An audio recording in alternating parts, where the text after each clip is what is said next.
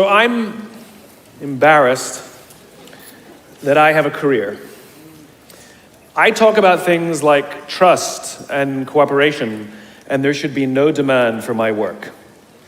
But the fact of the matter is there is demand for my work, which means that there's an opportunity. It means that trust and cooperation are not yet standard in our organizations, and yet they should be, and we know that, which is why we're looking for ways to bring those things to our organizations. So I thought I would do something a little different today. You know, when you're speaking to tens of thousands of people and you have the opportunity to share a message, of course, most rational people would say, let's go with something I've talked about lots of times and I'm really good at, but I'm not normal, so I'm going to do something completely new, and I hope this works out. There are two things that I think that great leaders need to have: empathy and perspective. And I think these things are very often forgotten. Leaders are so often so concerned about their status or their position in an organization, they actually forget their real job. And the real job of a leader is not about being in charge, it's about taking care of those in our charge. And I don't think people realize this, and I don't think people train for this. When we're junior, our only responsibility is to be good at our jobs. That's all we really have to do. And some people actually go get advanced educations so that they can be really good at their jobs, accountants or whatever, right? And you show up and you work hard, and the company will give us tons and tons of training how to do our jobs. They'll show us how to use the software. They'll send us away for a few days to get trained in whatever it is that we're doing for the company. And then they expect us to go be good at our jobs. And that's what we do. We work very hard. And if you're good at your job, they'll promote you. And at some point, you'll get promoted to a position where we're now responsible for the people who do the job we used to do, but nobody shows us how to do that. And that's why we get managers and not leaders. Because the reason our managers are micromanaging us is because they actually do know how to do the job better than us. That's what got them promoted. Really what we have to do is go through a transition. Some people make it quickly, some people make it slowly, and unfortunately some people will never make that transition at all. Which is we have to go through this transition of being responsible for the job and then turning into somebody who's now responsible for the people who are responsible for the job. And as I said before, one of the great things that is lacking in most of our companies is that they are not teaching us how to lead. And leadership is a skill like any other. It is a practicable, learnable skill. And it is something that you work on. It's like a muscle. If you practice it all the days, you will get good at it and you will become a strong leader. If you stop practicing, you will become a weak leader. Like parenting, everyone has the capacity to be a parent. Doesn't mean everybody wants to be a parent, and doesn't mean everybody should be a parent. Leadership is the same. We all have the capacity to be a leader. Doesn't mean everybody should be a leader, and it doesn't mean everybody wants to be a leader. And the reason is because it comes at great personal sacrifice. Remember, you're not in charge, you're responsible for those in your charge. That means things like when everything goes right, you have to give away all the credit. And when everything goes wrong, you have to take all the responsibility. That sucks, right? It's things like staying late to show somebody what to do.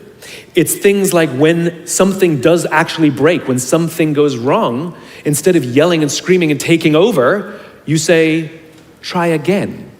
When the overwhelming pressures are not on them, the overwhelming pressures are on us. At the end of the day, great leaders are not responsible for the job. They're responsible for the people who are responsible for the job.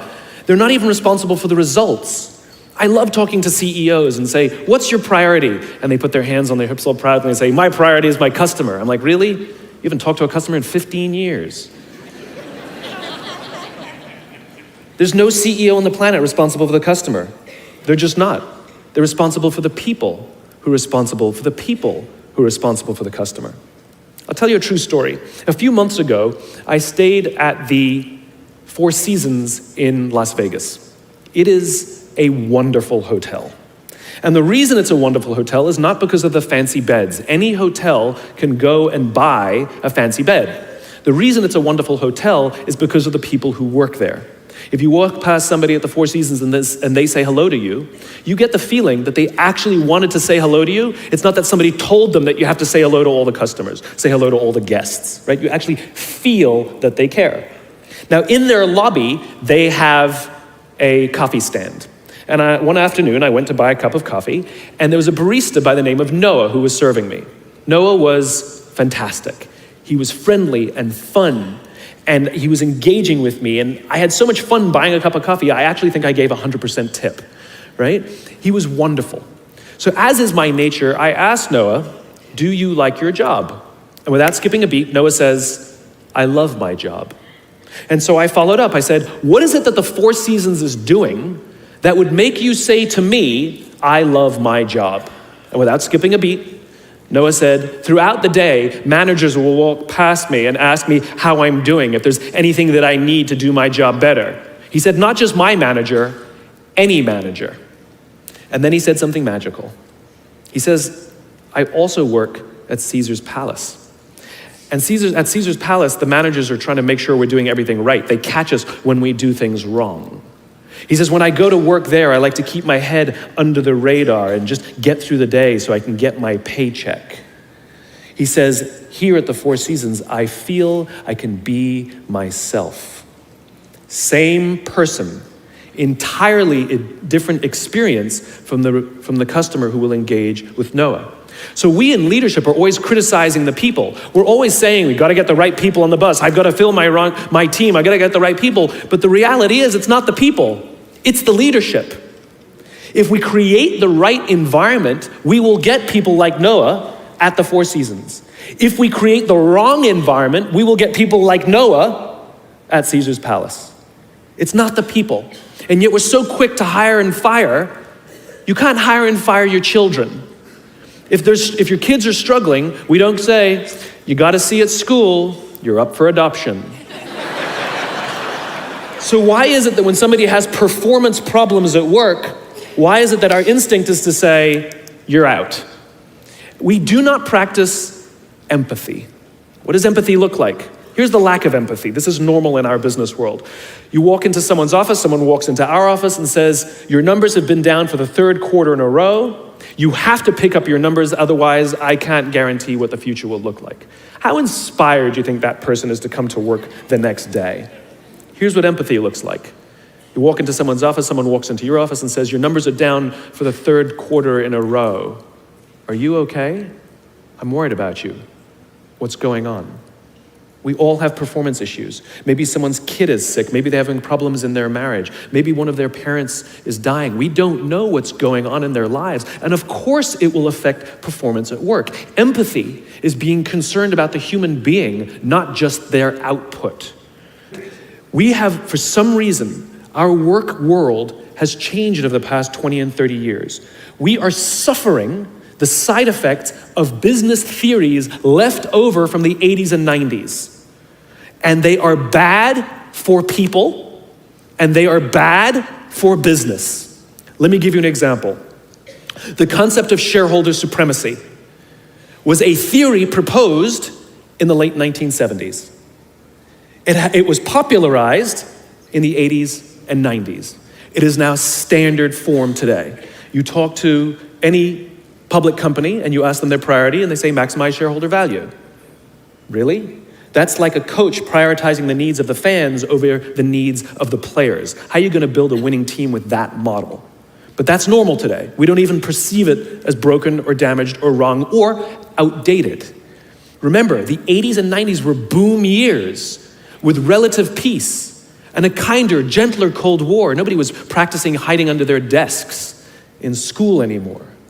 We are no longer in those times. These are no longer boom years. These are no longer peaceful times, and those models cannot work today. Here's another one. Mass layoffs. Using someone's livelihood to balance the books, right? It's so normal in America today that we don't even understand how broken and how damaging it is, not only to human beings, but to business. You know, companies talk about how they want to build trust and cooperation and they announce a round of layoffs. Do you know the quickest way to destroy trust and destroy cooperation in a business, literally in one day? Lay people off, and everyone gets scared, right? Can you imagine sending someone home to say, honey, I can no longer provide for our family because the company missed its arbitrary projections this year? And forget about the people who lost their job. Think about the people who kept their jobs. Because every single decision a company makes is a piece of communication. And the company has just communicated to everybody else, this is not a meritocracy. We don't care how hard you work or how long you've worked here. If we miss our numbers and you happen to fall on the wrong side of the spreadsheet, I'm sorry, we cannot guarantee employment. In other words, we come to work every day afraid. And we're asking our youngest generation to work in environments where how would any of us ever stand up and admit, I made a mistake? We're constantly being told, you have to be vulnerable. Leaders are vulnerable. What does that even mean? It doesn't mean you walk around crying, I'm vulnerable, right? No, what vulnerability means is you create an environment in which someone feels safe enough to raise their hand and said, I don't know what I'm doing. You've given me a job and I haven't been trained to do it. I need help. I made a mistake. I screwed something up. I'm scared. I'm worried. All of these things no one would ever admit inside a company because it puts a target on your head in case there's another round. And so we keep it to ourselves. And how can a company ever do well if nobody's ever willing to admit they made a mistake, that's scared, or they don't know what they're doing? And so we've literally created cultures in which every single day, everybody comes to work and lies, hides, and fakes. And we're asking our youngest generation to work and succeed and find themselves and build their confidence and overcome their addiction to technology and build strong relationships at work. We're asking them to do this, and these are the environments we've created. We keep saying to them, you're the future leaders. We're the leaders now. We're in control. What are we doing? This is what empathy means. It means if there's an entire generation struggling, maybe it's not them. It's like, the only thing that the common factor in all my failed relationships? Me. Same thing. Oh, we just can't get the right performance out of our people. Maybe it's you, right? It's not a generation. It's not them. They're not difficult or hard to understand. They're human beings like the rest of us, trying to find their way, trying to work in a place where they feel that someone cares about them as a human being. By the way, that's what we all want. In other words, it's not even generational. It's all of us. This is the practice of empathy, that if we're struggling to communicate to someone, if we're struggling to help someone be at their natural best, I'm tired of people saying to me, how do I get the best out of my people? Really, that's what you want? They're like a towel, you just wring them. How can I get the most out of them? No, how do I help my people be at their natural best? Right? We're not asking these questions. We are not practicing empathy. We have to start by practicing empathy and relate to what they may be going through. And it will profoundly change the decisions we make. It will profoundly change the way we see the world. Someone's driving to work. You're driving to work. And someone wants to cut into your lane. What do? Do you pull your car up or do you let them in? Most of us pull our cars up and go like this. You wait your turn. Now let's practice empathy. I don't know, maybe they've been out of work for 6 months. Maybe they had trouble getting the kids out to school this morning and now they're running late for a really important interview and they just have to get to this interview and they're gonna cut into our lane. Or maybe they're just a bastard, I don't know. But that's the point. We don't know. We don't know. And the practice of empathy will say, I'll let them in and I'll arrive to work 1 car length late. Right? We don't always have to be right. We don't always have to be in charge. We don't always have to be the one who succeeds. It's not about winning or losing. And that's where I go to the second point. After empathy comes perspective, where it's not about winning or losing. In game theory, there are 2 kinds of games. There are finite games and there are infinite games. And this is how you're going to change your perspective. Right? A finite game is defined as known players, fixed rules, and an agreed upon objective. Baseball, for example. We know the rules, we all agree to the rules, and whoever has more runs at the end of 9 innings is the winner, and the game is over.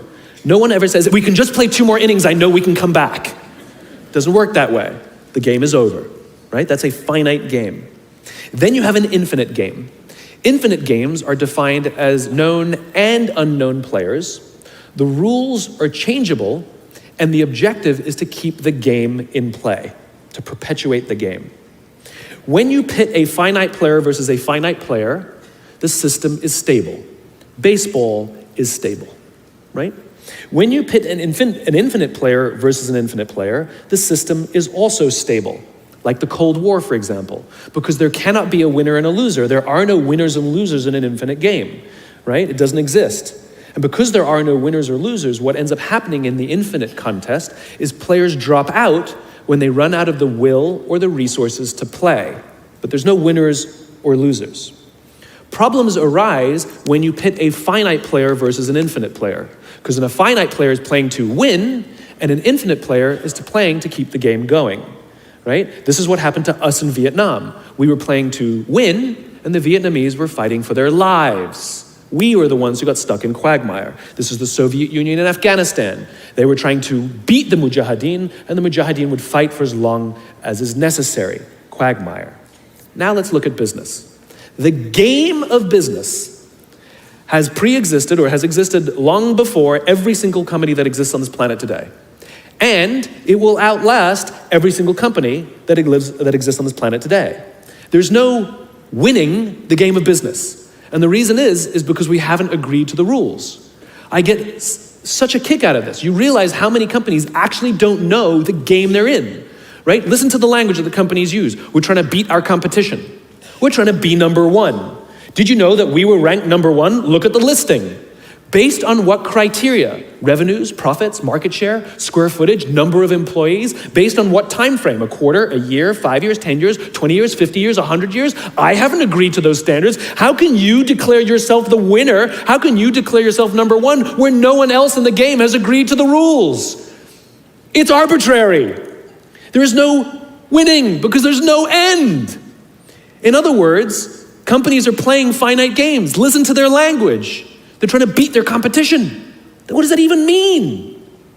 It's the leaders and the companies that understand the game that they're in and organize their resources and their decision-making around the infinite contest that outlast and frustrate their competition.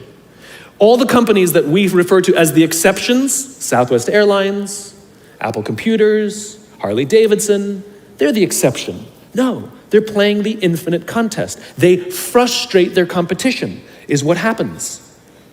That's what happens, because they're not playing to win. Jim Senegal, the founder of Costco, which is the only real company that gives Walmart a run for its money, he says public companies are looking to succeed for the quarter. He says, we're looking for the next 50 years. You can hear him. He's playing the infinite contest. I spoke at a leadership summit for Microsoft. I also spoke at a leadership summit for Apple. Now, at the Microsoft Summit, I would say 70% of the executives, and this was under the Steve Ballmer days, I would say about 70% of the executives spent about 70% of their presentations talking about how to beat Apple. At the Apple Summit, 100% of the executives spent 100% of their presentations talking about how to help teachers teach and how to help students learn. One was obsessed with their competition, the other one was obsessed with where they're going. So at the end of my presentation at Microsoft, they gave me a gift. They gave me the new Zune, which was the competitor to the iPod Touch when it was a thing, right? And I have to tell you, this piece of technology was spectacular. It was beautiful.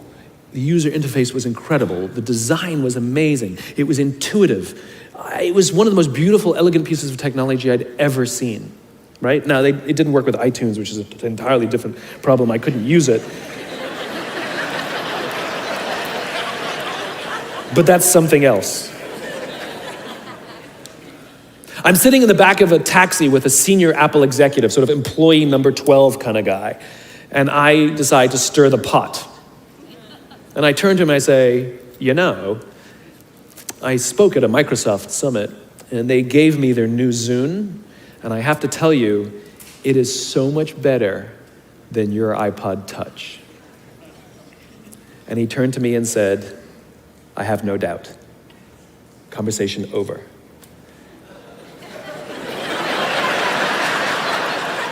Because the infinite player isn't playing to be number one every day with every product. They're playing to outlast the competition. If I had said to Microsoft, oh, I've got the new iPod Touch, it's so much better than your new Zune, they would have said, can we see it? What does it do? We have to see it. Because one is obsessed with their competition, the other is obsessed with why they do what they do, the other is obsessed with where they're going. And the reason Apple frustrates their competition is because secretly, they're not even competing against them. They're competing against themselves. And they understand that sometimes you're a little bit ahead, and sometimes you're a little bit behind. And sometimes your product is better, and sometimes you're not. But if you wake up every single morning and compete against yourself, how do I make our products better than they were yesterday? How do I take care of our customers better than we did yesterday? How do we advance our cause more efficiently, more productively than we did yesterday? How do we find new solutions to advance our calling, our cause, our purpose, our belief, our why every single day? What you'll find is over time, you will probably be ahead more often. Those who play the infinite game understand it's not about the battle, it's about the war. And they don't play to win every day. And they frustrate their competition until their competition drops out of the game. Every single bankruptcy, almost every merger and acquisition is basically a company saying we no longer have the will or the resources to continue to play, and we have no choice to either drop out of the game or merge our resources with another player so that we can stay in the game. That's what that is. And if you think about the number of bankruptcies and mergers and acquisitions, it's kind of proof that most companies don't even know the game they're in. You want to be a great leader, start with empathy. You want to be a great leader, change your perspective and play the game you're actually playing. Thank you very much.